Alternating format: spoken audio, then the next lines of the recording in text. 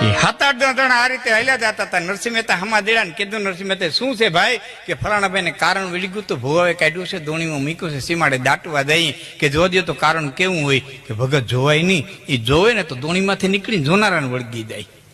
ત્યાં નરસિંહ મહેતા વળગ છે, મને વળગ છે ને, જોવા દો ને. ટોળામાંથી કીધું તો હવે ભગત ને જોવા દે ને, અડધું તામે વળી ગયું ને અડધું આ વળગે, એટલે નાગર એ ન્યાલ ને આપણે ન્યાલ. હા, એ દોણી એક બાજુ મૂકી નાખું, ટળું છેટું ઉભું રહી ગયું. એ કારણ કેવું હોય જોવા માટે થઈ નરસિંહ મહેતાએ દોણીમાંથી કપડું આમ અલગ કર્યું. એ કપડું અલગ કરીને દોણીમાં નજર નાખી તો કાળિયો ઠાકર અખેડ રમાનનો માલિક દોણી કેમ બેઠો બેઠો વાહડી વગાડતો હતો. એટલે નરસિંહ મહેતાએ કીધું, હે ભગવાન, હે સામળિયા ગીરધારી, દોણીમાં કારણ બનીને બેઠો, વરગાડ બનીને બેઠો, ભૂતપ્રેત બનીને બેઠો. એટલે વાંસળીને એક બાજુ મૂકીને કે ભગત, કે આ પ્રભુ, કે જે માણસ પોતાની આવકની કમાણીમાંથી 10મો ભાગ ધર્માદામાં ન કાઢતો હોય એની પાસેથી કારણ બનીને પણ કઢવું, દાખલા બેહાડી લઉં, ભૂવા ધોણાવી લઉં, ખાટલે પાડીને લઉં, દવાખાને નાખીને લઉં, પણ મારો ભાગ ન મૂક.